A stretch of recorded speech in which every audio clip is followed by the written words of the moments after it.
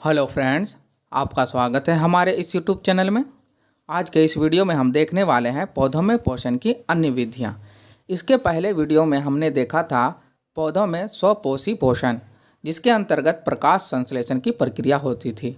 परंतु इन विधियों में जिसके लिए यह वीडियो बनाया गया है अर्थात विषमपोषी पोषण, इसमें प्रकाश संश्लेषण नहीं होगा। तो आइए देखते हैं पौधों में पोषण की अन्य विधियाँ। जैसा कि हम जानते हैं कि प्रकाश संश्लेषण के लिए क्लोरोफिल बहुत आवश्यक है, परंतु कुछ पादप ऐसे होते हैं जिनमें क्लोरोफिल नहीं पाया जाता है, तो वे अपना भोजन संश्लेषित नहीं कर सकते हैं। इसलिए उनमें विषमपोषी प्रणाली पाई जाती है। आइए देखते हैं चित्र 1.5। इस चित्र में देखिए एक रस्सी नुमा पीले रंग का धारी धारी जैसा लंबा लंबा जो है संरचना दिखाई दे रहा है। यह क्या है? यह अमरबेल है। इनमें परपोषी पोषण होता है, अर्थात ये अपना जो भोजन है वो उन पौधों से प्राप्त करता है जिन पर ये रहते हैं, उन वृक्षों से प्राप्त करते हैं। इन्हीं वृक्षों में उनके लंबे लंबे रेशे घुसे होते हैं और उनसे अपना भोजन प्राप्त करते हैं। इसीलिए ये इनमें क्या पाया जाता है? परपोषी पोषण। और इन जीवों को, इन पौधों को परजीवी कहते हैं। पौधों में परजीवी तो कम पाए जाते हैं, परंतु आम जीवन में हम बहुत सारे ऐसे जीव को देख सकते हैं जिनमें बहुत सारे परजीवी होते हैं, जैसे जूई, खटमल, मच्छर, जोंक। ये जो हमारे शरीर से भोजन प्राप्त करते हैं, प्राणियों से भोजन प्राप्त करते हैं, ये परजीवी होते हैं। परंतु हम यहाँ पादपों में पोषण पढ़ेंगे। हम देखेंगे कि कौन कौन से ऐसे पादप हैं जो कीटों का भक्षण करते हैं। ये ऐसे भी पौधे पाए जाते हैं जो आसपास के कीटों को, छोटे छोटे जीवों को खा जाते हैं, अर्थात उनसे अपना भोजन प्राप्त करते हैं। इनमें घटपर्णी आप देख सकते हैं। घटपर्णी में घड़े जैसी संरचना होती है और उसमें कोई भी जीव जब गिर जाता है तो उसके अंदर बहुत द्रव होता है, जिसमें बहुत सारे पाचक एंजाइम होते हैं और इन्हीं एंजाइम के मदद से उन जीवों को वो पचा जाते हैं। यूट्यूब के वीडियो से हम इसे समझ सकते हैं। जैसे यहाँ पर आप देख रहे हैं कि एक चूहा जो है घटपर्णी के घट के अंदर गिर गया है और उन एंजाइमों की मदद से इसे पचा लिया जाएगा।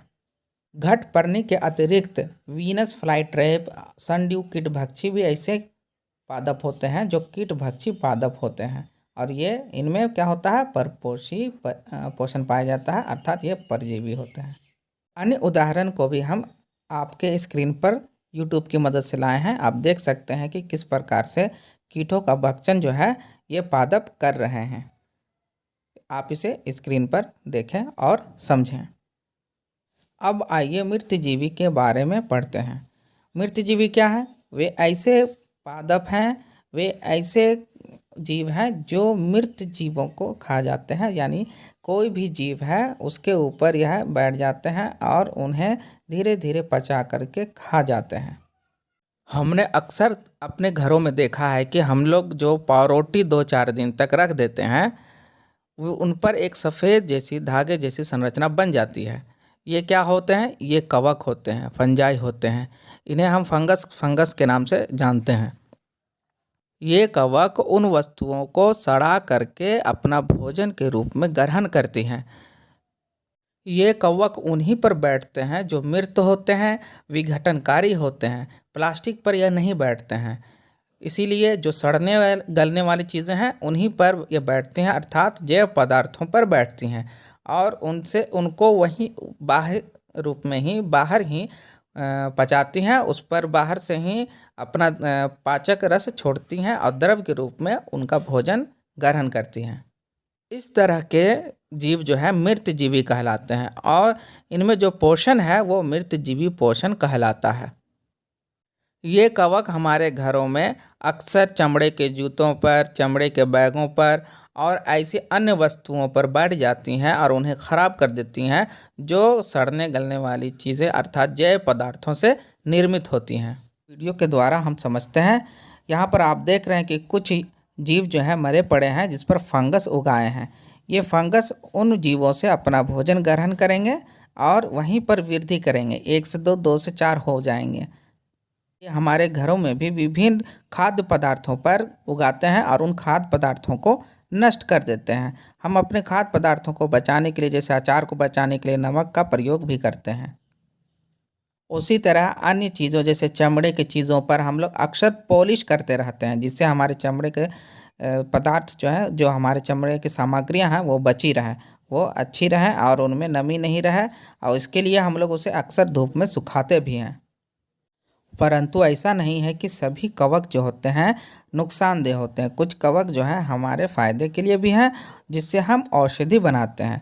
आइए कुछ ऐसे जीवों का सहजीवी संबंध देखते हैं, अर्थात एक दूसरे पर निर्भरता देखते हैं। इसमें एक जीव दूसरे को आवास और दूसरा जीव पहले जीव को पोषक तत्व प्रदान करता है। ऐसे जीवों के संबंध को हम सहजीवी संबंध कहते हैं। जैसे कुछ पेड़ों के जड़ों के पास कवक उगाते हैं। ये कवक जो होते हैं पेड़ों को जल पोषण करने में, जल को अवशोषित करने में और कुछ पोषक तत्व को अवशोषित करने में सहायता प्रदान करते हैं, और बदले में पेड़ उन्हें आवास देते हैं। इसी तरह लाइकेन जो है एक जीव है जिसमें दो भागीदार होते हैं, एक शैवाल होता है और दूसरा कवक होता है।